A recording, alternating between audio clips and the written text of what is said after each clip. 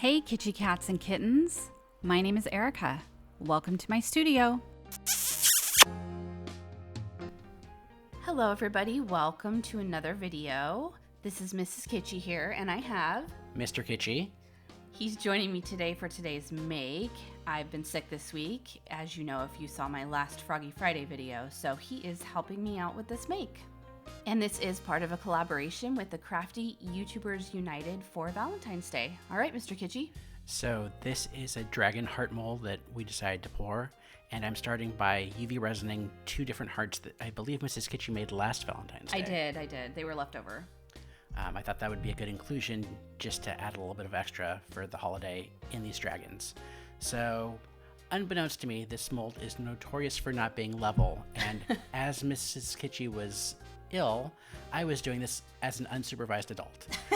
And let me just say that while it looks good now with the UV resin and the hearts and stuff, it goes sideways in a hurry real fast. So basically, this wasn't supposed to be a very complicated pour. It was going to be UV resin, some alcohol ink, with two different colors for the dragons, and sort of intertwined into a heart shape and very cutesy. With regular resin. With regular resin, yeah. The pour is with regular resin. Well, you'll see. It was a very simple pour, but it just kept on pouring and pouring out of the mold. And now you see that it's not quite as easy as it looks, huh? Yeah. It was. This was not the ideal second make for me. Aww. And also, if you may notice, I used this on Mrs. Kitschy's regular, and I mean regular crafting area, and not her pouring area. So the base is not silicone. So yeah, that is correct. That is not a silicone mat underneath. I initially thought I could just let it dry and I could just peel off the extra resin off the table. And about 5 minutes after I was done, Mrs. Kitschy was like, no, that doesn't work. So I had to scramble and transfer the very full, very leaky mold onto silicone and put it on something level. And you can see right here where his wrist is that it's starting to pool underneath. Hey, look, your head pops up too. Yeah, and I'm using PPE, like this you are? I'm doing it very professionally with the gloves and the PPE. Absolutely, and even the overpour. I do that too. I see the overpour there, but I think not a big deal. It's going to stop. I just, I must have put too much in that spot at one time, and it just never stopped. And yeah, there's a big puddle. I think the worst part was that it just wasted so much resin. It just, once it cured, even after we moved it to a leveling table and everything and had it on silicone, it just kept on spilling out of there, and the rest of the mold ends up with an eighth of an inch. Too little in it, right? Too little in it, and an overpour over that one part of the wing. Yeah, well, come to find out, everyone else has the same problem with this mold, so it wasn't you. But you're doing great. You're dropping your alcohol inks, and you're making one, cool colors, and then you made one in warm colors, which I really like. I think it looks cool. Yeah, no, I mean, I liked the theory behind it, and I sort of liked how it turned out after everything was said and done. Oh. There it goes. You can see the blue. It's starting to head sideways. Yep. It just never stopped. Oh. Yeah. But one other thing that Mrs. Kitschy sort of recommended to me beforehand was to make sure that all the alcohol inks I wanted to use were already open. And it looked like they were all open, and it turns out that most of them were not. Uh-oh, you can see the end of the frog. So go watch our last video with the frog for Valentine's Day, because you can see that it had a leak too. Oh boy. The froggy didn't have a leak. I overpoured it because of the angle, and it was clear and I couldn't see. So that one was, the dragons were the mold, the frog was me. The frog was user error. That one's your fault. But see, this is all the resin that came out after it had already been moved and put on the leveling table and all that other stuff, and it just kept on leaking, and unfortunately the red bled into the blue dragon because of it. It looked so cool though. You did such a great job, other than, the giant overpour that spilled over. It wasn't an overpour really. I mean, it wouldn't have been. But you did a good job. You end up trimming it, so It's fine.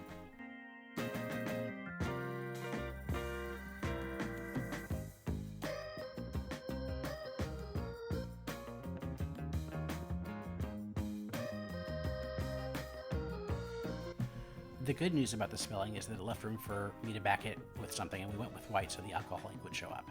The bad news with that is that I had a camera error as a rookie and didn't actually record that. So this is after all that. It's been poured in very carefully so as to not to spill, and then I'm spraying it with alcohol to pop bubbles.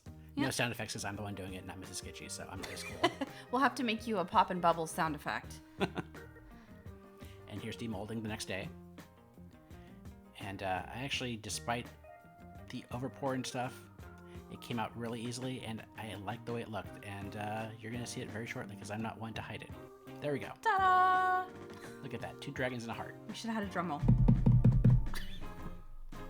And here I'm just pointing out the little bits with overpour that are going to be fixed.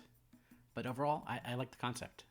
It was a pain to put together because the mold did not work with me, but I like it. I think it's really cool. And here he is using my clippers. I suggested some clippers. These work really well for sort of pointier overspill areas or overpours, and it seemed to work pretty well. Yeah, don't use them on your nails after that though. Just, pro tip. Have your own set. It's sort of like if you're going to work with polymer clay and have an oven to bake it in, don't use that for food afterwards. Have its own. Yeah, that's advisable. And that's a deburring tool that I use with my 3D printer. And it worked a little bit for this. Typically when you use clippers on something, it's going to turn that edge sort of white, and you wouldn't want that normally. But since this is backed in white, it's not going to be visible, so it was totally fine to do that. And because we UV resined hearts into the bottom of the mold, and the bottom of the mold was uneven, it trapped some air pockets underneath each of the hearts, and this is just me using some UV resin to fill those in. Overall, I'm really happy with how this turned out. Some may call it a bit of a sophomore slump just because of all the frantic chaos that ensued while it was being made. And Mrs. Kitschy was totally unaware because I didn't curse very loudly and she was in the other room while this was happening. You were totally quiet. I hadn't a clue. I mean, I definitely went in there and updated her on what was going on, but, while it was happening.